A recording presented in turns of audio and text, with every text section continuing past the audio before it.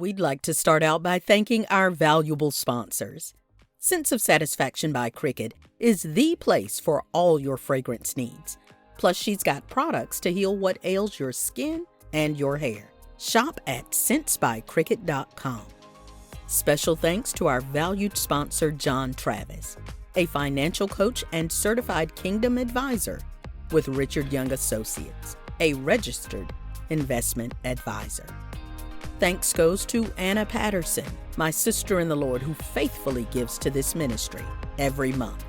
And to our newest sponsor, LaToya Gerard of Preach the Word Worldwide Network. She is a valued sponsor and a major encourager regarding this ministry. We need and would love to have you as a sponsor. Absolutely no gift is too small. Please note the info regarding giving throughout and at the end of the show, and help us spread these testimonies around the world. Please note that the views and opinions expressed on this show are not necessarily the viewpoints of our sponsors.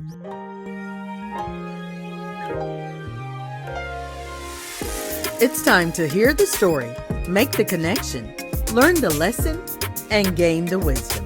Are you ready? Let's get charged and be changed. The Sister Speak Brother Break Show. Conversations on grace, healing, and deliverance. This is Marcy Bush. Come on, let's journey together. Hello, and thank you for joining us for the Sister Speak Brother Break Show. Okay, you already know the routine. We have a special guest with us here today. And this is someone that I've known for probably about 25, 26 years. But I always tell you, even though I know people, I see them, some of their stories I know parts of, but we never know what a person goes through internally until they tell us. And so today I'm excited to have a sister who goes to the same church as me. We share some children. She let me have her children some. And she's just a very special person to me. Today we have with us Vivian. So Vivian, I am so glad that you are here. I've seen you, of course, go through many seasons, probably when I didn't even know you were going through seasons. Because number one, because of the grace of God. Yes. And number two, because we usually wear it well. Yes. So I'm just excited that you get to sit across from me and tell us about this journey of life that you've been on. I'm grateful. I know I've seen some lows, and I'm grateful that I've seen some highs too. Yes. And I believe that the highs I'm seeing will only go higher or maintain. And so anyway, yes. I'm just glad to have you here. Thank you so much. And it's an honor to be here with you. You are truly a special person. Knowing you from the ministry, like you said, I've seen highs and lows in your life as well. You do have my children. You hold my children. You pray for my children. And for that, I'm truly grateful for you for that. And I'm just thankful to be here with you today to share parts of my journey. Well, thank you so much. Thank you so much. So we usually start at the beginning. Now, how we go after that, we don't know, but we're going to start at the beginning. So you're one of how many children? I am one of 7 children. Okay. Initially, there was 8. My mom had 8 children. The last one only lived for a day. Okay. So by proxy, that made me then become the youngest child. Okay. Oh, so you're the baby. I'm the baby. Okay. I'm the baby too.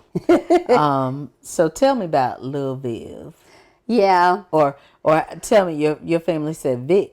What do they call you? If I hear someone say Vic, okay, I'm turning because I know it's family. That's a close family member. Okay. So yeah, so that's what they call me. They refer to me as Vi. Okay, Vi. Yeah, Vi. So like I said, I'm the youngest of 7. I had I had 2 older brothers. One has passed away, and I have 4 sisters. Okay. And growing up, I was, being the youngest, I always felt like I was the one that was left out, because there were 7.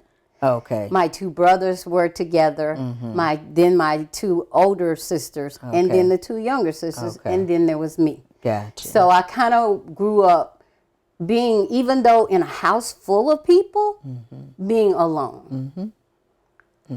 And so that began, I feel like, God preparing me for what it would appear to be a life of isolation. Okay. But it turned out, hindsight being 2020, Right. being a life that he was building character. Yes. Yes. By pulling me along. Yes. By ministering to me in times when no one else could. Right. So so that was me as a young child. I played a lot by myself. And I used to refer to myself, I was like, oh, I guess I was kind of a weird child, because not just playing by myself, I used to see things, so I was afraid a lot. Okay. So, but knowing again now, the spiritual, that was from the spiritual side of me. But as a child, when you're experiencing those type of things, it's quite fearful. Yes. So let's slow it down and talk about it. So even with being the odd man out, kind of, so to speak, like you said, I guess you said it made you feel weird or kind of like a loner. What did that look like in your family? Because I guess too, when we're doing this, I'm hoping parents are paying attention so they can know how to handle who they have. They can't change it, but so they can recognize it, so they can help them maneuver, Right. So what was that like? Well, unfortunately, for me, being the youngest, I think my mom had me a little bit later in life for that time when people were having kids much younger. And so my oldest sibling is like 9 years older than I am. Okay. So, and then the next is like 8. So she had them very close together. So what it looked like for me, my mom worked outside the home. Okay. And so did my dad. But then my dad passed away when I was 9 years old. And for me, my dad was very special to me. He, I felt like, was the only one that really spoke who I was to me, even though I didn't realize that's what he was doing. He would refer to me as his heart. Okay. You're my heart. You're a special child. And at the time, you a child. Okay, daddy. I love my daddy. So hearing those words for him made me feel good, not knowing that those were words that associated God's love. Yes. Yes. But when he was taken at such an early age in my life, now I got a void. Right. I got a void. And my mom was always more of a reserved person. She didn't talk a lot. Okay. So I always say most of us we talk a lot from my daddy's side of the family, because my mom's side was so, she reserved her words. When she did speak, she meant it or whatever. But there wasn't a lot of guidance, or anything like that was given to us as children. Okay. And so, when your dad passed away, had he been ill, or was there, can you remember? Can you remember those times? Oddly, I do remember. I remember a lot of interactions with my dad. And I think God preserved those for me because I didn't have a lot. But I do remember a lot of interactions with him when I was growing up and young. So he was just that person for me. And he I don't recall him being sick for a long time. It almost felt like I recall there was a time when he had trouble breathing at night. And during this time, my family didn't have a lot of money. So they didn't go to the doctors that often like we do now and check ourselves and have the medication or the things that was available. Didn't know he had whatever was wrong with him. And a lot of times they kept things from kids. They didn't share the things. A child stay in a child's place, Right. So I knew that he was having some issues, but I didn't realize the severity of those issues. I didn't realize that he would go into the hospital one day and never to return. That never crossed my mind. Do you know where it took you after, like once he passed away? Do you know how you reacted? Of course you were sad, but I'm saying, do you feel like it took you somewhere, or did you just kind of continue along the path you were already on? No, it definitely took me somewhere. At first, I think I went into a state of denial. This is not happening. I remember going and sitting we had a front porch. And he had a work truck, and it was very loud. You can hear it coming before he got home. And I recall several days sitting on the porch, listening for that truck. That never came. So definitely it changed my life in that, like I said, he was the person for me that spoke those positive things into me. That was gone. And then for a little girl to not have her father, and even going to school, and sometimes kids can be cruel. Making statements of, you don't have a daddy anymore. And things like that, that you now find yourself having to deal with. That you never imagined. Yeah. Well, I know you talked about the seeing things too. What was your first memory of that? I think I was probably 4 or 5 years old. It started very young in my life. And I remember being outside playing and seeing something in the air, thinking it was an angel, didn't know what it was, and seeing it. So I had those type of encounters. Did you tell anybody?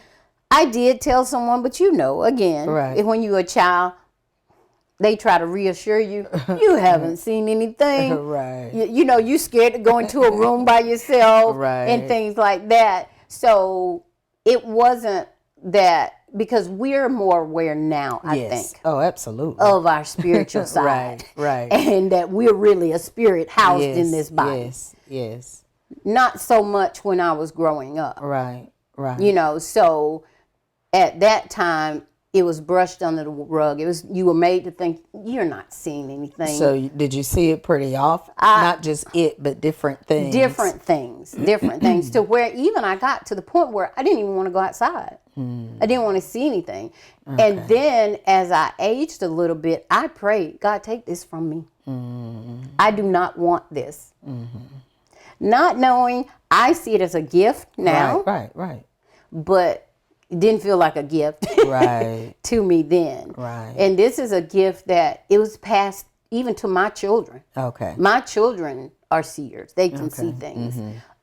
So I recall when my daughter Brittany was little and she saw certain things, and my husband at the time, he got upset, and I said, it's a gift. And he's like, how can this be a gift if it's scaring her? It's a gift. Trust me. I've been there. But because I had been there, I was able to reassure them of what it was. And how, when you're sensing certain things, how to know where the presence is coming from, and how to know how to pray against it. You remind me of, there was a time when I was over at my mom's. It was right after COVID had hit. So my grandson must have been about 3. And in the moment, I was like, what in the world? I mean, he's screaming, Grandma, Grandma, Grandma. And I'm like, what in the world? And it was because he saw the trees move, the wind. But, I don't know. And at that moment, though, I'm like, boy, if you, I mean, of course, since then, but in the moment, just the screaming and I did try to reassure him, but I'm like, this is overboard. And I had to slow it down. And that's why I said we have to be aware. Yeah. Because we don't see what they see. Right. You know, it reminds me of how even our pastor was talking about his son, you know, saying, do you see him? Do you see him when he saw Jesus? No, son, but I want to. Right. Well, back then I want to. I'm like, you better quit all that hollering. I'm serious. So, it makes a difference because like you said, when there's not somebody to help you maneuver through, even as adults, if you're an intercessor, like you said, if you're a seer, there's certain things, God, I did not need to see that. Right. I'm good. Why did you have to show me? Why? But there's a reason. We don't always know the reason. But if we can help with the young people, maneuver them, and even adults, be able to say, look, I understand. Yeah. Just ask the Holy Spirit. Yeah. To help, you know what I'm saying? So exactly. And even to the point where you say, I know it feels weird. Yes. And I know you feel weird for experiencing that because it's not normal. Mm-hmm. But trust me. Right. It's a gift. It's a gift. Mm-hmm. Exactly. Yep, that matters. I even thought about when you were talking about your father passing while you were young, that there are even children in your family that you can minister to. Yes. In a way that can help reassure them or help them know it gets better. Or, you know, I had to do something similar because we're not living just for us. We're not. Everything is for somebody else. And it's so ironic that you say that because God is so strategic. And the things that happen in our lives, especially when we're younger and we do not understand. Right. It's for somebody else. It is. It is. Well, like our bishop always said, it ain't even about you. But when you're going through it, right, that's not an easy thing to exactly. accept. You can't reconcile it at the time. You can't. What do you mean it's not about me? I'm feeling this. Right. I'm hurt. It's affecting my life. Right. You know, and right now I have a great niece and a great nephew that recently lost their mom. You know, she's 6 and he's 10. And I know that feeling. Right. I know that yearning when you want your parent and there's nothing. Right. No one can do. Right. Nothing no one can say to make it better. Right. It wasn't until years later in my life that God he reconciled that for me. It was years. And I know that it affected choices I made. Right. Right. That I would not have made those choices if my father were present. Yep. And like you said, when you've been through something, sometimes you have the words and sometimes it's just, you know how to pray. Sometimes it's just an embrace. Yes. Sometimes you know that look because you remember you had that look. And it just gives you like the inside scoop on how to help maneuver. Yeah. How to like I said, sometimes it's just a touch. It is. There's nothing to say, but when you hug and say, baby, I've been there, there's something that comes along with that embrace. Exactly. Yeah. So as you continued through, you say your father passed at 9. And then are there any things that you remember from your middle school years that stood out? There are some things, and again, when I look back over my journey, I always say those were things that were happening to keep me going down a certain path. You know, I've never been a person who liked confrontation or was very combative with people or whatever, but I remember there was some girls that just did not care for me in school. And would follow me down the hall, just openly talking about me. Okay. And I'm like, okay, I don't know what this about because at the time, didn't have a lot of friends. Like I said, I'm used to being by myself. Okay. So it really didn't bother me that much to have friends or not. But I always tried to show myself friendly to people. wasn't confrontational or anything, and didn't understand what's going on with this.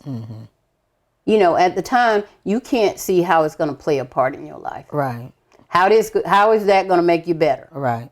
You know, for people to talk about you or whatever, and you know you've done nothing to bring this on. Right. You know, Right. but I experienced that during my middle school. Oh, middle school is a beast. Yes, yes. It's a beast. And during that time, we started our town was small, so when 7th grade, you went to high school.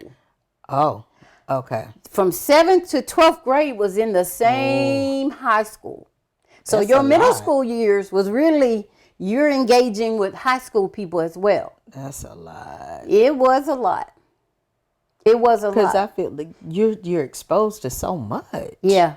A 7th grade mind versus a 12th grade mind. Right. Those are worlds apart. They are. But you're in the same Environment. Yes. Yes. Yes. Wow. You're in the same environment, and I think being exposed to things that a 7th grade mind you can't process or comprehend or whatever. So yeah. So there was Did those people that were attacking you did as you matured in school, did it ever shift? Was that like just a little time frame when they it never shifted. really? It never shifted. Okay. And one of the things I think, because backing up, when I started elementary school was the first year where desegregation and they bused us over to a small little school called Vaucluse Elementary. Okay. There was 100 students 1st through 6th grade and only like 20 blacks. Okay. So most of the people I'm in class with are white people. Right. Most of the people I'm around are white people. Okay. And then they also put me in the accelerated class, in which that made the numbers even lower of being around someone who looked like me. Right. So so we were over there in this little small school, and there was another elementary school that fed into this high school. Okay. So these people who were giving me such a hard time, they came from the other school. Okay. So they didn't know me. They just saw me like hanging around white people. So they say. Those were the ones I had classes with. Right. Right. So I got a lot of that. She thinks she white. I don't think I'm white. I know who I am. Right. But that's how you view me. Right. I can't change how you view me. And then they used to, oh, she thinks she's cute. She thinks, if they only knew I had the lowest self-esteem. Really? Didn't think I was cute. Didn't think, wearing hand-me-downs. By this time, like I said, my dad's passed. My mom's working part-time in a textile mill and then cleaning, for a white family. So we're getting hand-me-downs from the white family's kids. Right, right. I was so far from thinking I was better than anybody. Right. But I guess the devil knew that I was. So, but he wanted to use those girls to try to further tear down my self-esteem. Right. But it never shifted. Wow. All that they felt that way about me all through high school. Okay. And again, like you said, though, a lot of times the Lord He allows us to go through things that will build our character, that will make us tough in areas where we need to be tough. Yeah. Where we have to be strong. Yeah. I remember Bishop would say, you better get tough skin. Yeah. And the I guess the thing is, you got to have tough skin but a tender heart. Yeah. And sometimes we want to protect that heart so much, and we're supposed to guard your heart. Yep. But at the same time, we have to continue. We can't become bitter. Right, right. We can't. And I become also see how God used it later, even when, for years I taught Bible study, 9 through 11-year-olds. Okay. And now starting to do this Bible study with my own granddaughters and everything. The devil don't have any new tricks. Right. So he's constantly, at people, trying to tear down their self-esteem. You know, so I can share my story with them. I've been there. I know what it feels like to be talked about, to be picked at, to not have what others have, and to still have to endure the ridicule and keep it moving. Yes. It's a tale as old as time. He don't have anything new. That's right. Nothing new at all. And then it's good, like you said, that with your granddaughters, because we also know he's going to hit bloodlines with certain things too. Yep. Some of it is just, I mean, now a lot of middle school is just middle school.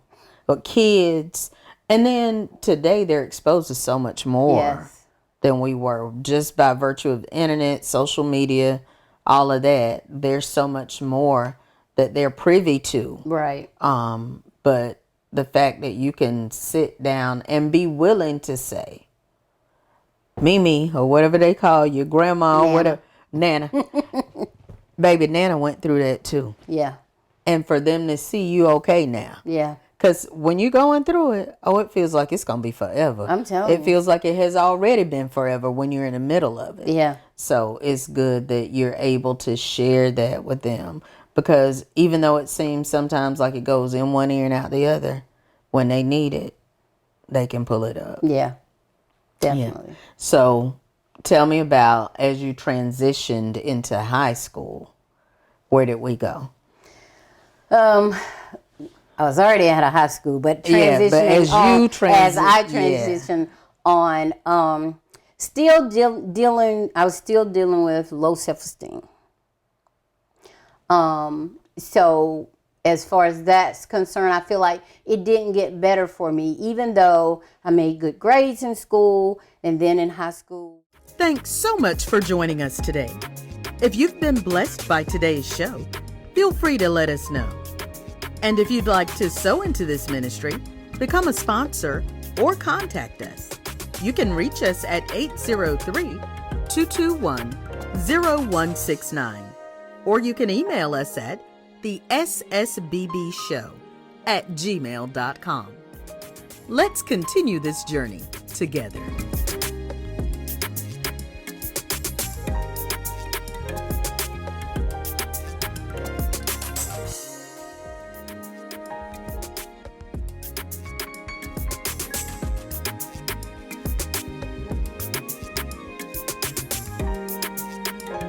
We need and would love to have you as a sponsor.